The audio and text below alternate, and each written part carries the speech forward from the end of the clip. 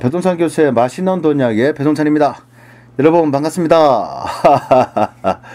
자, 오늘의 주제는요, 분양권 폭탄에 대해서 한번 얘기를 한번 해볼까요? 폭탄 돌리기. 아니, 대한민국에서 어떤 누가 폭탄을 돌리고 싶은 마음이 있겠습니까? 그죠?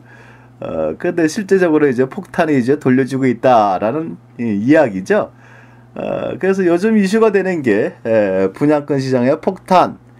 누가 최종적으로 이게 당하냐 이건데,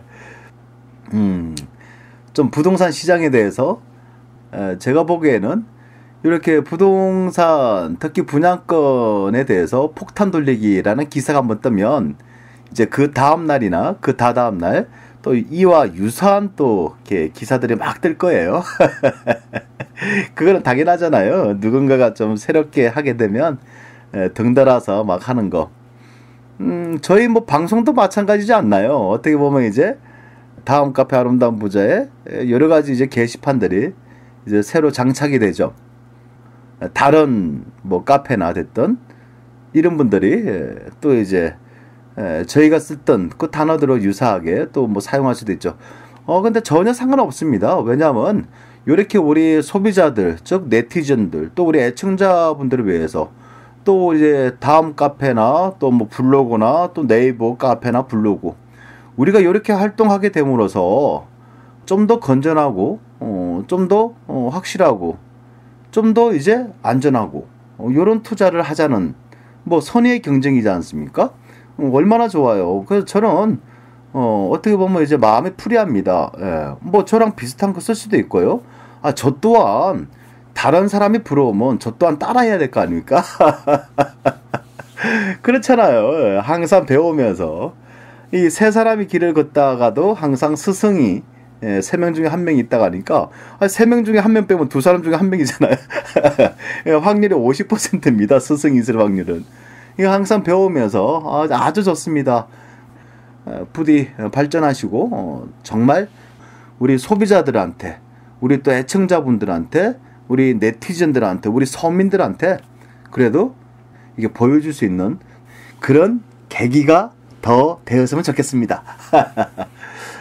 네, 지금 이제 부동산 폭탄이죠. 그 앞서 얘기한 바와 같이 이렇게 모 기자분께서 이렇게 폭탄 분양권 폭탄 돌리기 쓰면 뭐 그 다음날 다다음 날 뭐 일주일 내로 또 뭐 폭탄에 대해서 많이 나오죠. 근데 쭉 읽어보시면 한결같잖아요. 그냥 부동산 거래 프리미엄에 대한 폭탄이다. 또 뭐 중개 수수료가 요 프리미엄 속에 굉장히 껴있다. 뭐 떴다방. 그런데 참고로 알고 계세요. 떴다방이 떠야지 가격이 올라간다. 그렇잖아요. 아니 뭐 저기 시골에 아파트 짓는다 떴다방이 가나요? 안 가지. 떴다방들도 눈치와 코치가 있잖아요. 또 자신들이 예전에 경험들이 있을 거고 그래서 떴다방이 뜬다는 거는 그래도 다소 인기 있는 게 좀 뜬다. 물론 또 요런 이제 떴다방들이 좀 비정상적으로 가격을 막 올리고 또 이렇게 후려치고 그 다음에 또 수수료도 그냥 엄청나게 또 받아내고 요래서 이제 요걸 들어먹는 거죠. 아무튼 눈여겨보셔야 될 게 떴다방에 뜬 지역은 그냥 눈만 좀 관심 있게 쳐다만 보시고 또 투자를 해야겠다 안 하겠다는 본인께서 분석이 끝난 다음 좀 조심스러운 항상 투자라는 건 조심스럽잖아요. 예를 들어서 뭐 2008년 2009년도에 지방 그 광역시에 그 뭐 한 6억짜리 7억짜리 샀는데 마이너스 피가 2억이다. 그건 뭐 계약금 4천만 원 집어넣고 마이너스 피가 2억이면 그건 뭐 말 다 한 거 아닙니까? 그런 것 같아요. 그래서 항상 이제 투자라는 거, 부동산이라는 거는 목돈이 들어가니까 우리가 투자에 있어서는 조심하셔야 돼. 그래서 이제 우리 기자분들께서 생각하시는 폭탄은 내가 프리미엄 1억 줬는데 최종적으로 입주할 때 그러니까 프리미엄이 5천만 원이다. 그거 5천만 원에 마이너스 된다. 이런 폭탄이라는 얘기죠. 그런데 요 분양권 시장에서 이 폭탄은 눈여겨보셔야 됩니다. 그 뭐가 있냐니까 프리미엄에 대한 폭탄이 있겠죠. 나는 피를, 즉 프리미엄, 여기 피라는 거는 피 받다 할 때 피가 아니라 프리미엄을 주는 거예요. 프리미엄. 내가 분양 가격이 5억짜리 사줬는데 피가 1억이 붙었다. 그래서 이 피를 프리미엄이라고 그러죠. 그래서 1억 줬는데 그래서 5억짜리를 분양받고 필에 1억 줘서 6억 주고 샀는데 나중에 입주할 때 보니까 5억이더라. 그러면 이제 총 투자 금액은 6억이라고 생각하지만 6억이 아니잖아요. 내가 들어간 돈은 6억이 맞죠. 그런데 그동안 중도금 이자 후불제라는 게 있을 거 아니야. 그러면 이자, 그 중도금에 대한 이자 납부하셔야 되죠. 그렇지 않나요? 거기다가 뭐 방을 확장한다, 뭐 발코니를 확장한다, 그런 비용은 또 뭐 1,400에서 1,500만 원 정도 또 들어가잖아요. 그죠? 그 다음에 또 나중에 또 취득세 납부하셔야 되잖아. 그럼 이런 비용까지 생각하면 실질적으로는 5억에 분양받고 필에 1억 줬다 해서 6억에 끝나는 게 아니라 실질적으로는 한 6억 3천만 원대 정도에서, 물론 또 싸게 잡으면 6억 2천, 또 방도 또 수리도 하고 인테리어도 했다, 그럼 6억 5천, 실질적으로 6억 5천만 원 돈이 들어갔는데 나중에 보니까, 알고 보니까 이게 시세가 5억이더라. 미치는 거지. 그럼 6억 몇천이 들어갔는데 시세가 5억이면 요거 폭탄 돌리기, 요게 이제 우리 기자분들께서 생각하시는 거는 요건데요. 제가 생각하는 폭탄은 또 따로 있습니다. 뭐냐면 양도소득세 폭탄이라는 게 또 따로 있겠죠. 양도소득세. 그래서 내가 일반 주택일 때는 이제 예를 들어서 1년만 보유하면 누진과표로 적용받습니다. 누진과표, 그러니까 금액에 따라 가지고, 차액에 따라 가지고 누진과표로 적용받고요. 그런데 요 아파트 분양권에 대해서는 1년 보유만 하면 누진과표가 아니라 요거는 2년 안에 팔면 40% 양도소. 그러니까 요 분양권을 샀는데 이제 입주가 이제 1년 남았어. 그러면 2년 안에 팔게 되는 거죠. 그럼 양도소득세가 40% 두드려 맞는다는 얘기죠. 요런 걸 이제 눈여겨보셔야죠. 요런 걸. 그래서 양도소득세에 대해서 내가 납부하는 양도소득세에서 폭탄이다. 즉, 일반의 기존 주택은 1년 이상이면 6%부터 시작하는 누진과세율을 적용받고, 그 대신 분양권 같은 경우에는 2년이 지나야지 누진과세 표준을 적용받는다는 얘기입니다. 그러니까 1년이냐 2년 차이가 서 굉장한 양도소득세에 대한 차이가 나왔죠. 그게 나중에 팔게 되면 양도세 폭탄도 준비를 하셔야지. 뭐 맞을 준비를 하시라? 맞으시면 안 되잖아요. 그래서 이것도 좀 슬기롭게 좀 하셔야 될 것 같고요. 세 번째로 본다면요, 프리미엄을 A가 분양받아서 B한테 팔았어. 또 B가 또 사가지고 또 C한테 팔았어. 근데 그게 전매 제한이란 겁니다. 이 전매 제한이 뭡니까? 사고팔고를 하지 말라고 하는 기간이 전매 제한이거든요. 그러니까 분양받고 나서 1년 동안 전매 제한이야. 그럼 1년 동안 그 분양권을 사고팔고를 하지 말라. 전매 제한이죠. 그런데 사고팔고를 했어. 예를 들어서 위례 신도시 같은 경우에는 전매를 또 많이들 할 수도 있겠죠. 그럴 경우에 또 어떤 경우에냐니까 또 다운 계약서를 또 쓴 경우가 있겠죠. 그러니까 실제적으로 피를 8천만 원 받았는데 8천만 원 받아서 양도소득세 신고한다. 그럼 세율이 예를 들어서 40 내지 50%로 만다. 8천만 원 받아서 40 내지 50%로 남는 것도 없잖아. 그래서 예를 들어서 300만 원, 500만 원, 1000만 원 깎아주고 다운 계약서, 즉 시세는 8천만 원 주고 프리미엄 받아 먹었지만은 8천만 원 돈을 벌었지만은 다운 계약서로 해서 3천만 원 쓰고 4천만 원 썼다. 요거 엄연한 불법이죠. 그런데 이 전매 제한, 이 전매가 제한인데 그 속에서는 공인중개사가 예를 들어서 매도인이 매도인의 양도소득세 책임지기로 한다. 이런 식으로 이제 계약서를 쓰고 돌릴 수가 있겠죠. A는 분양받은 사람, 그 다음에 B한테 이렇게 하고, 또 B가 또 중간에 또 C한테 또 9천만 원 받고 또 팔을 수 있잖아요. 그러니까 요 B라는 사람은 줄 때는 8천만 원 줬어. 그래서 내가 팔 때는 이제 9천만 원 해가지고 그 사이에 한 달, 두 달 사이에 1,000만 원 돈을 수익이 창출했다는 얘기 아닙니까? 그러면서도 또 다운 계약서 요구하겠죠. 그 다음에 또 요 C라는 사람이 또 전매 제한 기간을 또 D한테 팔았어. 1억 원에. 그러면 요 사람도 또 1,000만 원 또 이득을 본 거 아닙니까? 이런 식으로 계속 하다 보면 마지막에 이제 입주하는 시점 되면 이제 프리미엄이 1억 5천이 될 수도 있고 또 1억이 될 수도 있고 2억이 될 수도 있지 않겠습니까? 근데 2억이 됐다라고 가정합시다. 그럼 2억이 됐어. 그러면 분양 가격은 6억이야. 근데 P가 2억이 붙었어. 그러면 최종적으로 8억 주고 샀어. 8억인데 이제 원분양자에게 이제 원분양자가 이제 매도인이 될 수 있겠죠. 전매 제한 이게 안 풀렸다면. 이런 식으로 따지면 요 중간에 B, C, D, E가 사라진 거야. 사라지면 요 원분양자가 양도소득세를 두드려 맞을 수가 있다는 거죠. 내가 팔았다고 끝이 아니죠. 내가 매매계약서에 분양권 매매계약서에 양도소득세는 매수인이 책임지기로 한다. B가 책임지기로 한다. 이거 썼다 하더라도 중간에 쏙 빠져버리면 이거 뭐 청구하기가 좀 애매하지 않습니까? 그래서 이런 경우가 좀 비일비재했다. 그래서 여러분이 조심해야 될 거는 그냥 프리미엄이 떨어지면 폭탄이다. 요거 아닙니다. 그 속에 프리미엄이 떨어지는 것도 폭탄이 있고요. 또 내가 납부해야 되는 양도소득세가 또 폭탄이 있고, 그 다음 내가 팔았다가 다가 아니야. 내가 팔았지만은 또 나는 다운계약서를 또 써달라고 또 해서 공인중개사 사장님한테 또 복비를 많이 줬다고 치더라도 그게 매수인이 매도인의 양도소득세를 책임진다라고 하더라도 그게 눈덩이처럼 불리고 불려서 최종적으로 1억 5천 2억이 됐다.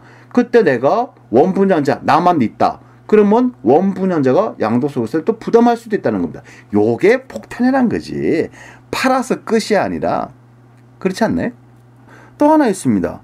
나는 그냥 이렇게 매도를 했는데 매수인이 다운계약서 쓰겠다는 가운데 있는 C하고 D가 갑자기 중간에서 뜬금없이 FM대로 딱 써버리는 거야 또. 다운계약서 쓰는데 중간에 있는 사람이 FM대로. 왜? 내가 세금 두드려 맞으니까. 나는 다운계약서를 써주면서 1,000만 원 싸게 샀다 하더라도 내가 세금을 2,000만 원 두드려 맞는 거야 중간에 있는 사람이. 그러면 뭐다? 에라 모르겠다. 에라 모르겠다? 그렇지. 그냥 FM대로 나는 이 사람한테 돈 많이 줬다라고 그냥 신고를 해버린 거야. 양도소득세 신고를. 그렇게 되면 또 나는 이게 또 원분양자 입장에서 또 곤란하게 겪을 수 있겠죠. 또 중간에 있는 사람들도 또 곤란하게 겪는 거고. 그래서 최종적으로는 요렇게 이제 폭탄이 형성된다는 겁니다. 거기다가요, 공인중개사 우리 사장님들, 요런 지역에 피가 많이, 프리미엄에 많이 붙어있는 요 지역에 전매 제한 구역에, 전매를 하면 안 되는 구역에 사고팔고를 많이 하시잖아요. 거기에다 혹시라도 다운계약서 쓰신다거나 아니면 혹시라도 업계약서를 쓰신다거나 그럴 경우에 누군가가 즉 중간에 있는 사람이 이제 FM대로 신고를 하게 되고, 그럴 경우에는 나 전매 제한인데 나 샀다. 그래서 요거는 공인중개사법의 위반이다 라고 한다면 그 어렵게 그 자격증 따신 거 아닙니까 그거? 물론 이제 머리가 좋으시고 하면 뭐 한 석 달, 넉 달 하시고 따시는 경우도 있다고 하지만 그런 경우는 희박하고요. 거의 뭐 1,000명 중에 1명꼴 수재, 천재. 천재들이야 뭐 석 달, 넉 달 하시고 따시는 거고, 그렇지 않고는 그거 보통 2년, 3년 걸리잖아요. 아이, 공인중개사 자격증 따는 거 그거 장난 아니잖아요. 그러면 소정이 자격증 땄는데 내가 분양권을 내가 중개를 하러 공인중개사 사무실 오픈했어요. 그래서 10건 중에 1건, 100건 중에 1건이라도 이런 식으로 탁 걸려버리면 이거 뭐 빼도 박도 못 하잖아요. 말 그대로 중개법 위반인데 거기다 다운계약서인데. 그렇지 않나요? 여러분, 뭐가 폭탄인가요? 단순하게 프리미엄만 때려줬다고 폭탄인가요? 그래서 오늘은 분양권 폭탄에 대해서 한번 1부하고 2부로 해서 한번 얘기를 한번 해보도록 하겠습니다. 많이도 궁금하시나요? 네, 자 이제 귀를 쫑긋 하시고 한번 얘기를 한번 들어보시기 바랍니다. 요 분양권에 대한 투자 방법에 대해서도 서울에서 강의를 한 지금까지 2번 정도 한 것 같아요. 의외로 관심들이 참 많이 가지신 것 같아요. 그래서 요 분양권 강의도 이제 함부로 할 수는 없잖아요. 오랜 경험과 요런 거 이제 구력이 쌓아져야지. 그래서 하는 거 그냥 뭐 편하게 들으세요. 편하게 듣고, 또 그렇다고 이제 강의 시간 했던 내용들을 그대로 옮겨서는 안 되겠죠. 왜냐하면 이제 강의시 즉 오프라인에서의 강의는 약간 좀 이렇게 다소 그런 좀 약간 그런 부분들도 이제 공개를 이제 해드리고, 근데 요런 온라인이지 않습니까? 요런 온라인은 어떤 분들은 뭐 일주일 만에 우리 방송을 다 들었고 어떤 분은 3일 만에 잠도 안 자고 3일 만에 그냥 재밌다고 은근 중독성이 있다고 그냥 또 다 들으시고, 그 와중에 뉴스 보는 것보다 요 방송 듣는 게 더 재밌다고 말씀하시는 분도 계시고, 뭐 아무튼 저야 뭐 감사할 따름입니다. 자, 먼저 요 분양권 폭탄 5가지 유형이 있는데, 물론 뭐 더 이제 개발하라면 더 이제 뭐 개발이죠. 더 얘기하라면 얼마나 많은 폭탄들이 있겠습니까? 요 속에. 그죠? 또 폭탄들 많지. 그래서 요 중도금 이자 후불제 요거를 채무자 변경이 될 줄 알고, 그러니까 내가 분양권을 필요 주고 샀어요. 그래서 이 중도금에 대해서 이제 중도금, 그러니까 원분양자가 이제 은행을 통해서 분양을 이제 은행에 대해서 중도금을 이제 대출을 받았다는 얘기잖아요. 근데 내가 분양권을 내가 샀어. 프리미엄 주고. 그래서 당연히 중도금에 대해서 채무 승계가 돼야 되는데, 요 채무 승계가 될 줄 알았는데 그 사신 분이 어머니야. 어머니가 연세가 75세야. 그러면 경제적 능력이 없다고 생각하시잖아요. 그 경제적 능력이 뭐냐니까 은행 이자를 변제할 수 있는 힘이 없다고 이제. 요럴 경우에는 채무자 변경이 안 될 수도 있다는 겁니다. 요거도 될 줄 알았는데 안 됐어. 요거도 폭탄이지. 그런데 이렇게 광범위하게 하는 것보다 오늘은 한 2가지 정도만 좀 압축을 해서 한번 해보도록 하겠습니다. 자, 먼저 첫 번째입니다. 프리미엄에 대한 폭탄이죠. 프리미엄에 대한 폭탄. 신규 분양 단지의 전매, 이 전매라는 거는 사고팔고의 한 현황이죠. 전매라는 건 사고팔고 하는 거. 원래 대한민국 법은 모든 부동산은 그냥 수시로 사고팔고를 할 수가 있어요. 오늘 계약서 쓰고 오늘 잔금 납부하고 내일 계약서 쓰고 내일 팔 수도 있는 거야. 아니 이게 이제 민법에 나오지 않습니까? 그 계약 자유의 원칙이죠. 내 맘입니다. 또 이제 3억짜리를 2억에 팔 수도 있고요. 1억짜리를 내가 임자만 났어. 1억 5천에 팔 수도 있는 거 아닙니까? 1억 5천에 사주는 사람이 이상한 거야.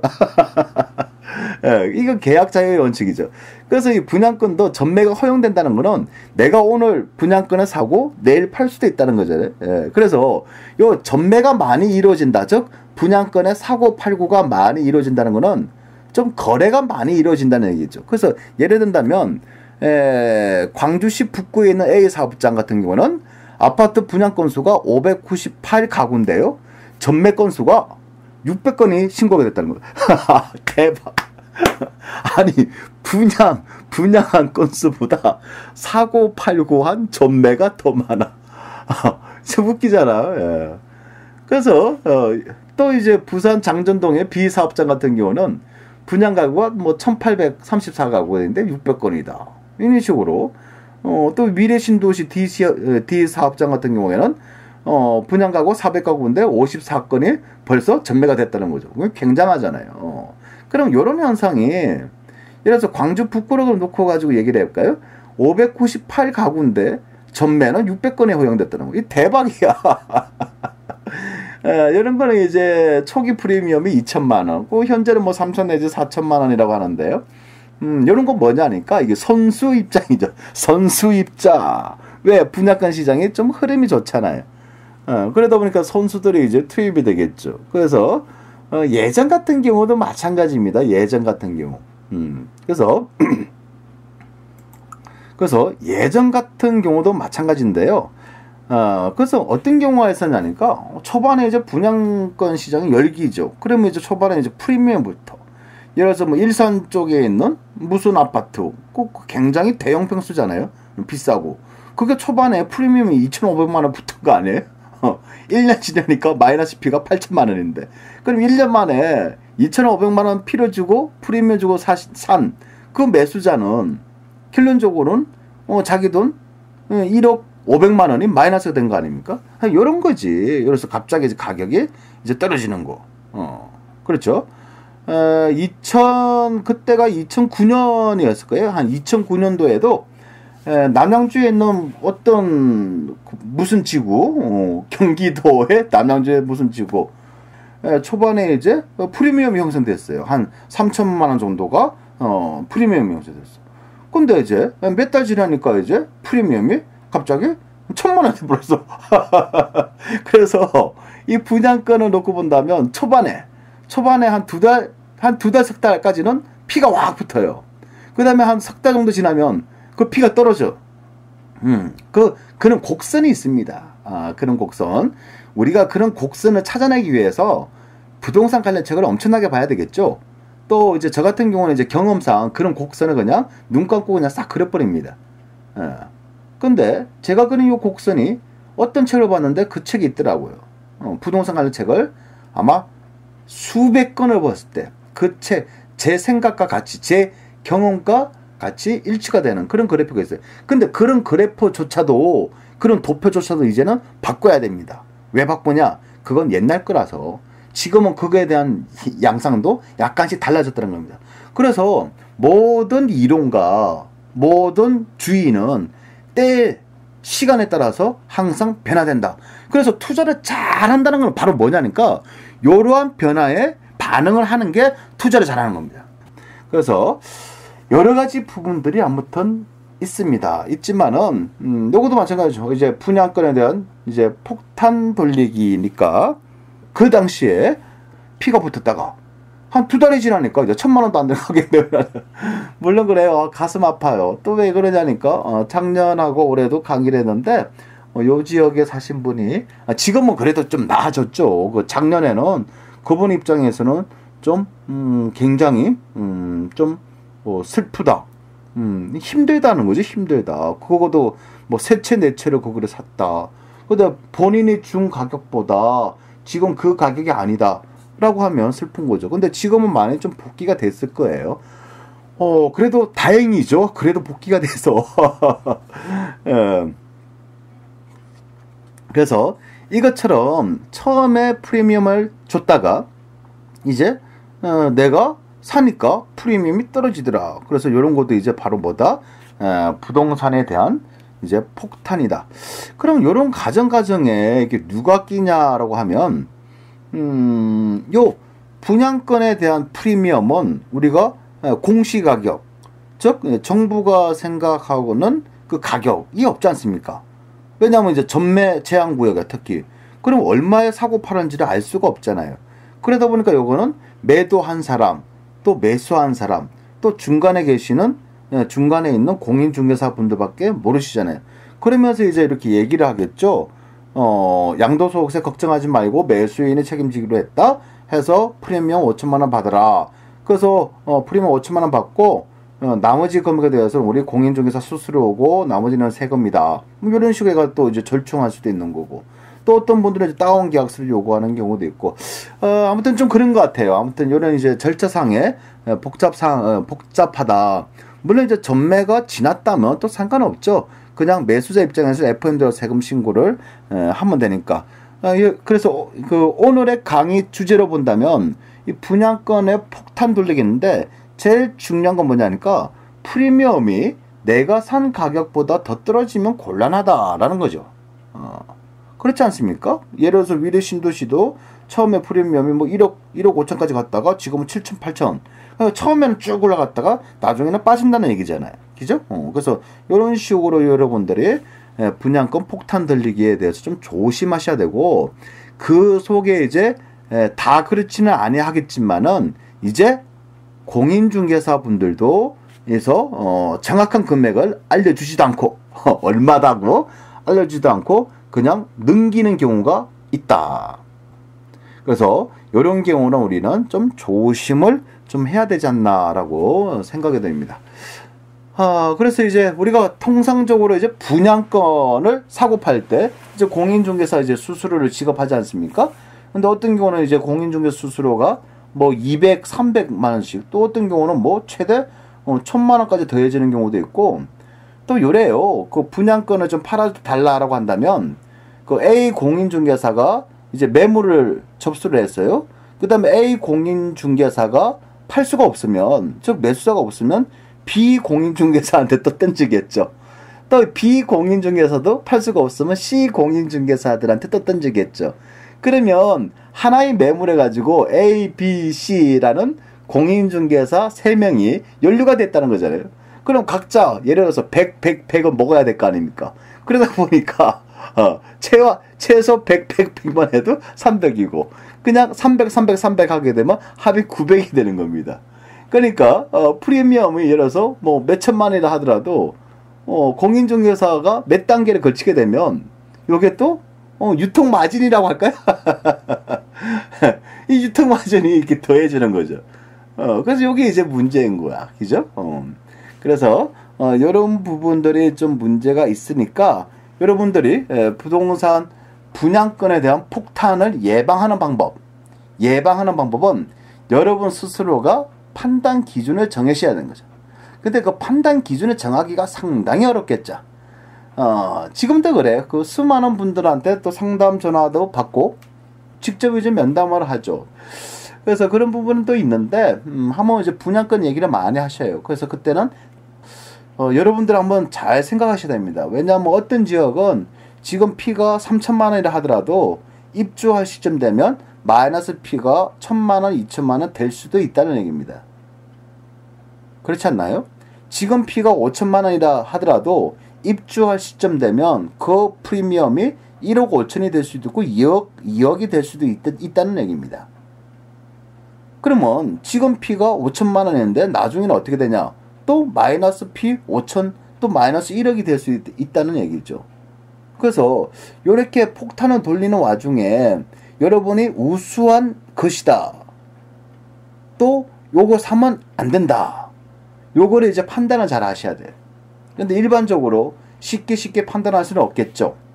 그럴 경우에는 이제 뭘 득해야? 자문을 득하는 것도 괜찮다. 그래서 제 생각 같아서는 그렇습니다. 이제는 누군가에게 한 번 정도는 검증을 받고 그런 절차가 좀 필요하지 않을까라고 생각되고요. 그 다음에 또 이제 두 번째 폭탄은 바로 양도소득세 폭탄이죠. 그럼 앞서서 얘기한 바와 같습니다. 이게 기존 주택일 경우에는 양도소득세가요. 이거는 그래서 1년 이상만 지나면 누진가표이기 때문에 뭐 최소 6%부터 양도소득세가 이제 시작된다라고 볼 수가 있겠죠. 그런데 요 분양권 같은 경우에는 요거는 1년 지나서 누진가표가 아닙니다. 요거는 바로 2년이 지나야지 양도소득세에서 누진가표가 된다는 얘기예요. 그래서 여러분들이 이런 것도 이제 꼼꼼히 좀 이제 살펴보시고 이제 투자에 임해야 된다. 그래서 내가 이제 입주가 이제 한 1년밖에 안 남았다.